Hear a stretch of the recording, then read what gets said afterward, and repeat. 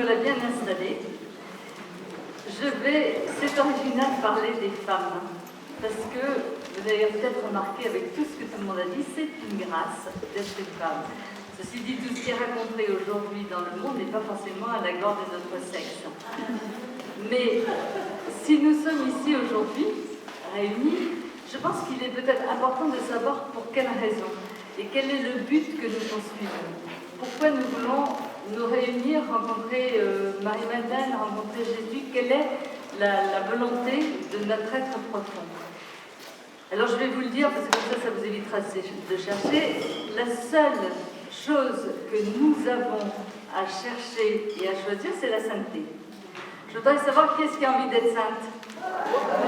Génial. Génial. Vous avez vu un peu ça? Parce que quand je me suis mariée, il y a 50 ans, mais 48 ans, mais 50 ans que j'étais fiancée, mon fiancé me demande quel était le but de ma vie.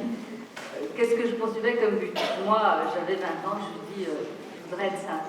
Il me regarde, il était très loin de Dieu à l'époque, il me regarde, il dit, waouh! Et là, vous savez, du haut de mes 20 ans, je dis, ça y est, j'ai touché son cœur.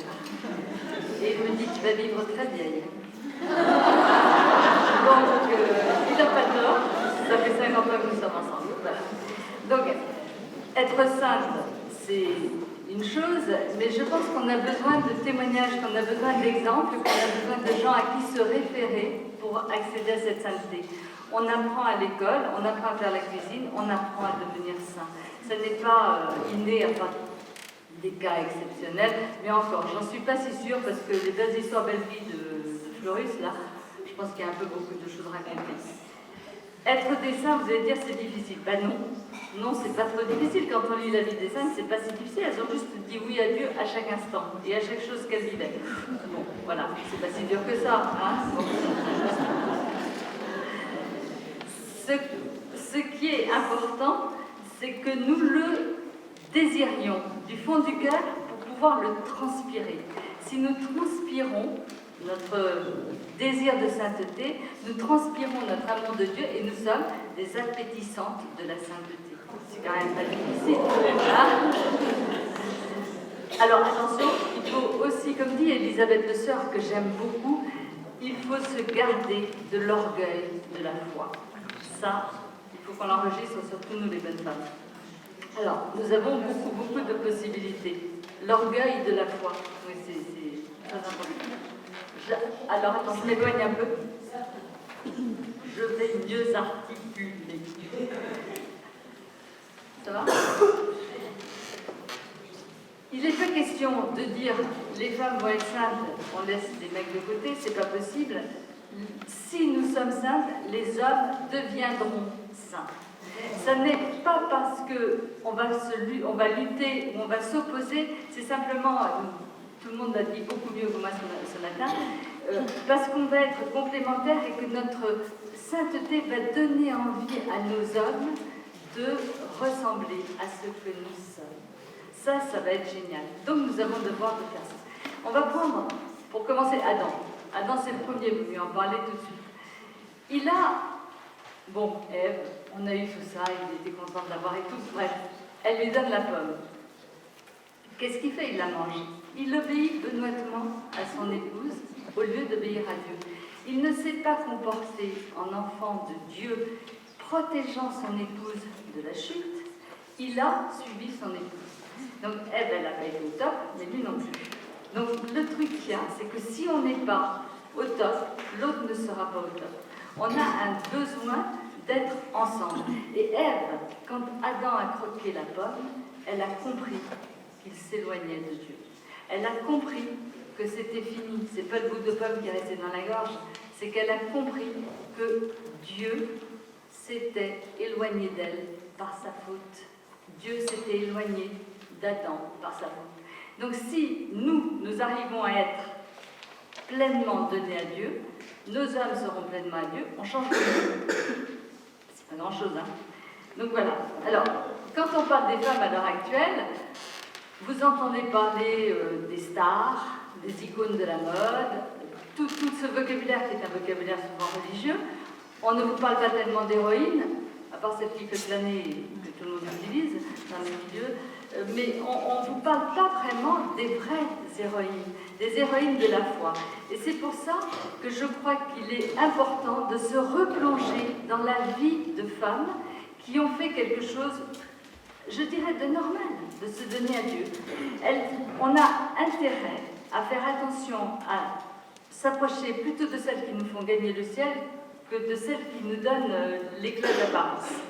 Alors, dans les femmes que je vais choisir, tout en vous disant que je suis ravie parce que quand je serai morte, je retrouverai Sainte Guénaëlle, Sainte Cathy, Sainte Jo, ça sera super, on sera toutes dans le ciel, toutes les femmes, ça va être super. Donc, je vais vous dire un peu comment on peut faire en voyant quelques-unes que j'ai trouvées. Alors, d'abord, je voudrais aussi vous dire que si je parle de ces femmes, c'est parce qu'elles sont inemployées. Elles sont au chômage partiel. On ne les connaît plus. Et ça, c'est nul. C'est nul, parce que vous savez bien que les femmes sont capables de faire beaucoup de choses en même temps, à la base des hommes. Donc, si on ne les appelle pas, elles s'ennuient. Et je disais, enfin j'ai mis ça dans le livre, je voudrais qu'on développe des CDE, des contrats à durée d'éternité, avec celles qui sont mortes. Il faut absolument... Bon, alors, on va passer sur toute l'origine avec Sainte-Geneviève, j'avais dit ça l'année dernière, Sainte-Geneviève, Sainte-Clotilde, qui sont à l'origine de la conversion de Clovis et à l'origine du royaume chrétien de France. Ça, c'est important, c'est la base de notre France, de notre roc. Mais je voudrais vous parler d'une sainte. Elle est sainte, personne ne la connaît. J'ai fait des recherches, vous savez, dans les prénoms. On cherche des tas de prénoms extraordinaires maintenant. Et bien, même dans les prénoms extraordinaires, on la nomme même plus. Donc, elle s'appelle Bathilde. Est-ce que quelqu'un la connaît? La reine Bathilde. Oui. Ah, formidable. Alors, c'était une super bonne femme. Bathilde. Béa. Béa comme bébé. Elle était née en Angleterre, parce qu'il y a à l'heure actuelle l'Angleterre, et comme d'habitude, dans tous ces pays, il y avait des petits royaumes, tout le monde se battait, ça n'a pas vraiment changé, c'était comme ça avant. Son papa, un peu effrayé par tout ce qui se passait, se dit, je vais l'envoyer dans le royaume des Francs, elle va être protégée, comme ça elle sera épargnée. Sauf que, à cette époque-là, il y avait des pirates. Donc les pirates attaquent le bateau dans lequel elle se trouve et la font prisonnière. Elle était jolie, cultivée, intelligente, ils ont dit c'est une bonne petite esclave à vendre. Ce qui a été le cas, alors elle est partie, elle était dans les geôles en Angleterre, donc elle est retournée en Angleterre, et là, au lieu de baisser les bras et d'être complètement dominée par ce qui se passait, elle s'est relevée, elle a motivé toutes les prisonnières, ça suffit, on ne va pas faire comme ça, on va se battre, on va prier. Et elle a fait prier tous les gens, toutes les femmes qui étaient avec elle. Bon, il y avait une marcheuse esclave, elle est vendue. Les marcheuses esclaves, les gens de France venaient acheter des esclaves. Donc, le maire du palais du roi qui était en place à l'époque, c'était le roi Dagobert, le petit-fils de Clovis, qui, se dit en passant, était un roi qui a fait beaucoup de réformes avec Éloi, et la chanson de Dagobert, là, c'est un peu d'après. Parce qu'il a vraiment fait... La seule chose qu'on ne dit pas dans la chanson, c'est qu'il avait plein de maîtresses et plein de femmes. Et ça, on ne dit pas. Ça, c'était la vérité. Mais en revanche, le reste, la culotte à l'envers, je suis pas sûre. Bon, bref. Donc, il était roi, bon, bref. Et le maire du palais, qui avait grande importance, achète cette jeune femme en disant « ça va être très bien pour ma femme comme dame de compagnie ». Il apprend, il s'appelle Arnold, il s'occupe d'elle. Et elle, quand elle arrive, elle est, Dieu merci, achetée avec sa suivante, donc il y avait une complicité qui pouvait les aider, et une unité, une union entre elles. Elles ont prié, elles ont beaucoup prié, et elle voulait se donner à Dieu. Elle s'était dit, je vais réparer des tas de choses par amour. Et elle s'occupait des pauvres, elle s'occupait des indigents, elle s'occupait des gens malheureux, elle s'occupait des plus acariâtres, des plus insupportables, et tout le monde était absolument estomaqué par cette femme. Tout le monde, oui, et aussi le fils de Dagobert, parce que Dagobert est mort à Gênes, et le fils de Dagobert, Clovis II, qui a régné très jeune, est tombé amoureux de cette femme qui était plus âgée que lui, qui était esclave, et il a dit qu'à cela ne tienne, je l'épouse. Imaginez la cour, ça non plus, ça n'a pas changé, qu'elle soit du roi ou des présidents.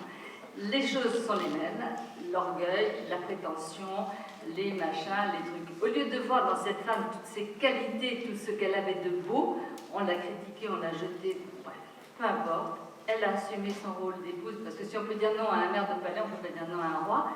Elle a épousé, elle a eu 3 enfants, mais Clovis II était quelqu'un de très malade. Il avait une grande fragilité. Et c'est aussi une chose que je voudrais rétablir, c'est qu'on a beaucoup parlé des rois fainéants. Et l'histoire des rois fainéants vient de Clovis II. C'était un être très très fragile, qui faisait des convulsions, qui avait des sautes d'humeur, etc. Et il n'avait aucune possibilité de monter à cheval. Donc il prenait les voitures pour être conduit d'un endroit à un autre. Et on disait, c'est un roi paresseux. Donc la légende des rois fainéants vient de ça. Alors, il y en a eu qui n'ont pas fait leur travail, tout ça, ça ne le regarde pas, mais on construit des histoires comme ça, et c'est bon de remettre les choses dans leur réalité. Bon, bref, il meurt à 22 ans, et de reine de France, elle devient régente. Vous imaginez une femme à la tête du royaume. Bon, qu'est-ce qu'elle fait?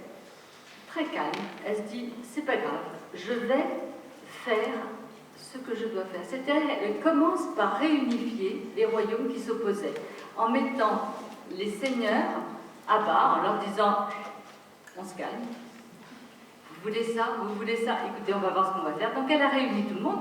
Je ne sais pas si vous voyez une petite bonne femme, elle n'a rien du tout, toujours dans la prière, toujours en étant vraiment... Et elle s'occupe de ses enfants, et elle prend des mesures. Alors c'est là, je vous énonce la série de mesures, parce que ça fait réfléchir. On est au 7e siècle, 626, ça date, 626, 680. Elle est contemporaine de Mahomet. Il faut bien savoir, hein. C'est très important de savoir ça. Ce qu'elle fait, c'est qu'elle a commencé par, sous le règne de son époux, faire fructifier les abbayes. Pourquoi? Les abbayes, à l'époque, étaient des lieux de culture où on produisait des manuscrits. Elle trouvait extrêmement important que beaucoup de gens aient en main des manuscrits. Déjà, mais quand elle est devenue reine, qu'est-ce qu'elle a fait? Elle a aboli l'esclavage. On pense que c'est qui a aboli l'esclavage?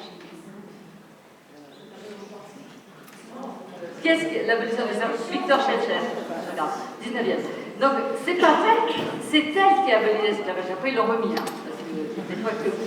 Elle a interdit la vente d'enfants. Elle a interdit le fait que les enfants travaillent. Elle a fondé des écoles. Elle a fondé, non pas des hôpitaux, ça ne s'appelait pas des hôpitaux, mais des lieux où on pouvait soigner les gens. Elle voulait que tous les gens qui meurent aient une sépulture décente, ce qui coûtait très cher à l'époque. Elle veillait à ce que tous les gens autour d'elle aient à manger. Alors, vous vous rendez compte, c'est quand même une révolution. Et elle n'est pas citée en exemple dans les livres d'histoire. Eh bien, devant tout ce qu'elle a fait de merveilleux, il y a eu la convoitise des hommes qui se sont dit c'est pas possible. Ils l'ont prise et mise dans un couvent en disant c'est terminé. Donc elle avait fait construire l'abbaye de Chelles et ils l'ont dit allez, vous allez là-bas et puis terminé, vous finissez vos jours là-bas. Bon, elle a bien été obligée de se soumettre à la force et elle est devenue nonne, mais il y a une chose délicieuse, elle s'est fait faire une tunique comme nonne. Et là, elle s'est fait faire une tunique de nonne. Et ce qu'il y a d'extraordinaire, elle a été exposée au musée de Cluny, moi je ne l'ai malheureusement pas vue, mais bon voilà. Ce qu'il y a d'extraordinaire, j'ai vu la photo. Elle a fait reproduire, d'abord elle a choisi du lin et de la soie. Et elle a fait reproduire sur sa tunique un sautoir et un collier de reine. Avec des motifs, avec des tissus de soie. C'est quand même extraordinaire. Si vous voyez ça, moi je trouve ça génial. Elle est prisonnière, elle est envoyée dans un truc, etc. Elle se fait faire, elle reste reine. C'est ça. Chapeau, il faut le faire. C'est du tempérament, hein. Bon, donc elle reste à l'abbaye de Chelles, qui était l'abbaye qu'elle avait fait construire pour abriter les reliques de Sainte Clotilde. Sa devise, c'était paix et force. Autour de l'abbaye, elle a fait naître toute une cité pour que tous les métiers qui existaient soient représentés, tous les métiers qui existaient à l'époque. Et en fait, dans une paix céleste, tous les gens vivaient, rythmés par la prière. Ça, c'est Sainte-Bathilde. C'est quand même génial. Hein? Bon, là, on va changer d'époque et je vais vous parler d'une autre reine qui n'est pas du tout sainte et je voudrais bien qu'elle le devienne, donc je compte sur vous pour lui demander des miracles. Et quand on a des miracles, on va à Rome. Cette femme-là, je vais vous dire, vous la situez par sa famille. Sa mère était Doña Sancha de Castille. Son père était Don Sanche de Castille. Son époux, Richard Cœur de Lion. Et sa belle-mère, Aliénor d'Aquitaine. Qui connaît son prénom? Bérangère. Alors Bérangère, elle est née en Espagne, évidemment, et elle était dans une famille extrêmement pieuse qui vivait l'amour de Dieu dans le quotidien, mais pas de façon factice. Elle était très heureuse, malheureusement sa maman est morte très jeune, son papa a dû la mettre en pension chez des sœurs, et elle a eu la chance d'être dans un couvent de religieuses extrêmement cultivées, parce qu'on a toujours l'impression que tout ce qui était religieux avant était synonyme de fermeture d'esprit, etc. C'était un peu l'inverse. Et elle a donc été dans ce couvent où elle voyait passer beaucoup de gens. Il y avait énormément de conférences, il y avait énormément de voyageurs qui racontaient ce qui se passait dans les pays qu'ils avaient traversés. C'était une ouverture d'esprit absolument extraordinaire. Après, elle retourne à la cour de son papa, et là, par le jeu des alliances, Aliénor d'Aquitaine, qui était une femme assez spéciale, et qui avait répudié, c'est elle qui avait répudié son mari Louis VII de France, parce qu'elle était incompatibilité à cause de la consanguinité au 4e et 5e degré. En fait, elle avait vu Henri Plantagenet qu'elle voulait épouser, qui était 10 ans plus jeune qu'elle, qui avait le même degré de parenté avec elle. Ça n'a gêné ni Rome, ni personne, pour qu'elle s'épouse quand même. Bon, ça, c'est autre chose. Donc, Aliénor, elle a eu plein d'enfants avec Henri Plantagenet. Ils ne s'entendaient pas du tout. Mais pas du tout. Ils n'arrêtaient pas de se bagarrer. Et lui, il l'a trompé à tour de bras. Et non seulement il l'a trompé à tour de bras, mais à un moment, il en a eu marre. Ça devait être un tempérament. Il l'a mis en prison. Elle a attendu son tour et on sait ce qu'elle a fait. Bon, bref, là, elle a son fils Richard. Elle veut le marier parce qu'elle veut éventuellement un descendant pour que Jean Santerre, qu'elle n'aimait pas, qui était le frère de Richard de Cœur de Lion, règne. Donc elle ne le voulait pas. Donc elle s'est dit, je vais trouver une femme. Et comme sa fille avait épousé le frère de Bérangère, elle avait vu Bérangère, elle dit, oh là là, elle était très bien élevée chez les bonnes sœurs. Je vous rassure, ce n'est pas une question de foi parce que ça lui passait complètement au-dessus. C'était simplement parce que, ayant été éduquée par des religieuses, elle avait un sens du devoir, un sens de l'obéissance et qu'elle était très bien élevée. Donc c'était ce qui l'intéressait. Donc le mariage va se faire puisque Aliénor est allée trouver Don Sanche, etc. Seulement c'était les croisades et c'était la 3e croisade. Et pendant cette 3e croisade, Richard Cœur de Lion s'était allié à Philippe II de France et Frédéric Barberousse. Et les voilà en train de partir. Que fait Aliénor? Elle emmène sa future belle-fille sur un bateau et on les suit. Donc les suivent, génial. À ce moment-là, pendant le voyage, Richard a conquis Chypre et Aliénor dit très bien, le mariage à Chypre. Donc il se marie à Chypre. Formidable, on se dit extraordinaire. Bérangère avait vu Richard, elle en était tombée follement amoureuse. Elle le trouvait merveilleux et elle était béate devant lui. On n'est pas sûr que Richard ait eu les mêmes sentiments à son égard, mais vu l'acharnement d'Aliénor à séparer le couple, je pense quand même qu'il devait l'aimer. Parce qu'elle, c'est une belle-mère caricaturale. Elle est vraiment... Alors, bon, les voilà mariés. Seulement, Richard part, parce qu'en face, il y a Saladin. Vous savez, vous avez entendu parler de Saladin. C'était un monsieur musulman qui voulait faire un... C'est pas un minéral, comment ça s'appelle non, qui voulait faire tout son territoire, faire tous les mots, et qui avait déclaré le djihad contre les Européens. Il y a 5 minutes, voilà, je vais faire. Donc bref, Richard laisse sa femme seule. Il se trouve qu'il entend parler à ce moment-là de son frère Jean Santerre qui veut récupérer son royaume en Angleterre. Il se dit, oulala, il vaut mieux partir. Il laisse un petit peu les croisades, il s'en va, mais il fait bateau à part avec Aliénor, avec Bérengère. C'est pas top. Alors il y a Aliénor qui passe, vous avez le film Hollywood. Aliénor qui part, qui arrive en Angleterre, qui prend les rênes du pouvoir. Vous avez Richard qui part, et il est fait prisonnier. Et il s'en va. Il y a des gens qui voulaient régler son compte à Richard, terminé. Et Bérengère, elle va sur son bateau, toujours avec son chapelet. Et là, elle atterrit, et elle arrive à Rome. À Rome, vous connaissez les papes. Elle est aimée par le pape, elle est aimée par toute la curie, enfin les gens la trouvent formidable. Mais Richard, il faut payer. Et Aliénor n'a pas d'argent. Qu'est-ce qu'elle fait? Elle appelle Bérengère.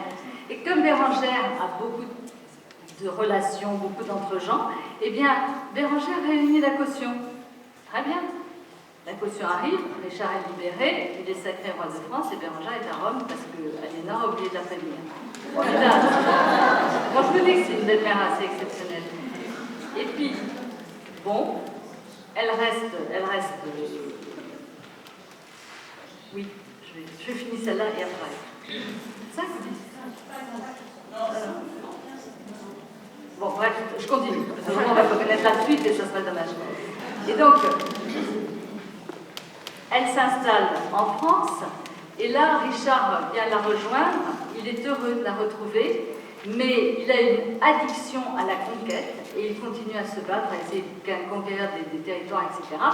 Et il arrive à se battre en permanence, et il meurt de façon ridicule avec une arbalète. Très bien. Sa mère est appelée, elle vient, elle assiste son fils, elle oublie encore d'appeler Bérengère. Bérengère ne sait pas que Richard a été tué, enfin est malade, est moribond. Il meurt, sa mère l'enterre, et toujours pas de Bérengère. C'est quand même incroyable. Alors, il lui avait donné le Mans et quelques comtés autour, elle s'installe au Mans, tout le monde se réjouit, surtout le roi de France, Philippe II, qui était vraiment ravi de la voir parce qu'il avait il avait été ému par cette femme qui avait vraiment touché son cœur pendant les croisades et qui avait accepté tout ce qu'elle vivait avec toujours beaucoup d'amour et beaucoup de foi. Et il se dit, je vais aller avec elle pour l'introniser dans la ville du Mans. Il va avec elle, tout le monde est content, sauf les hommes d'église. Parce que là, ils avaient plein de sous qui étaient venus, et la réputation de Bérengère comme une femme qui donnait, qui aidait, etc., leur ont fait peur. Ils se sont dit, on ne va pas récupérer nos sous, et c'est elle qui va tout garder, et c'est elle qui va nous obliger à être des vrais hommes de Dieu. Donc l'évêque s'en est mêlé, il n'a pas été top, et ça a été jusqu'au point de lui refuser l'entrée de la cathédrale un jour des rameaux. On lui a fermé les portes de la cathédrale du Mans, alors qu'elle allait en procession à la cathédrale. Les gens sont outrés, elle est vraiment bonne. Elle accepte, elle part, et puis quand elle a des sous, qui lui demande des sous pour reconstruire la cathédrale, elle donne des sous parce qu'elle est vraiment trop bonne. Bref, elle fait construire une abbaye à côté du Mans, les Paux, en disant « je souhaite être enterrée là ». Mais elle meurt, là aussi, elle n'a pas de chance, elle meurt avant que l'abbaye soit terminée. Et c'est vraiment affreux, cette femme, même dans sa mort, elle vit le désenchantement. Enfin, dans son corps mortel, son âme, je pense qu'il n'y a pas de problème. Et là, son corps est baladé partout. Et puis elle a un gisant, le gisant est retrouvé à un moment par un historien anglais qui venait faire des recherches sur les rois anglais qui étaient morts en France. Il trouve le gisant complètement profané, la sépulture complètement profanée, et complètement ailleurs, parce que sous la Révolution, l'abbaye était devenue un silo à blé, elle trouve une petite cassette dans laquelle étaient les ossements de Bérengère. Il prend, il met les ossements sous le gisant, quand même content en se disant, voilà, c'est bien, on a ça, et il la met à la cathédrale du Mans. De la cathédrale du Mans, elle est repartie à l'abbaye des Paux, où elle est en ce moment, elle est dans l'abbaye des Paux. Et en 1984, la reine d'Angleterre, Élisabeth, est venue au Mans. Et elle est venue, elle a demandé à se recueillir sur la tombe de Bérengère. Et ça, c'est très beau. Elle a dit que Bérengère et Richard soient maintenant réunis pour tant de siècles de séparation. Mais c'est une femme extraordinaire. Bon, j'ai pas le temps de parler d'autres gens. Je vais parler, mais c'est pas grave. Ce qu'il faut, c'est la prier. On va la prier pour les femmes délaissées, pour les problèmes avec les belles-mères, pour les jeunes veuves, et puis pour la ville du Mans, qui est une ville que je connais bien, parce que j'y habitais, qui a une richesse historique extraordinaire et qui a été bafouée par des mairies successives qui ont voulu tout casser de l'histoire du Mans. Donc voilà, on peut prier toutes ces femmes. Alors, surtout, vous les priez, qu'elles deviennent des saintes, celles qui ne le sont pas, mais les autres sont dans le bouquin, et puis on va à Rome pour les faire canoniser.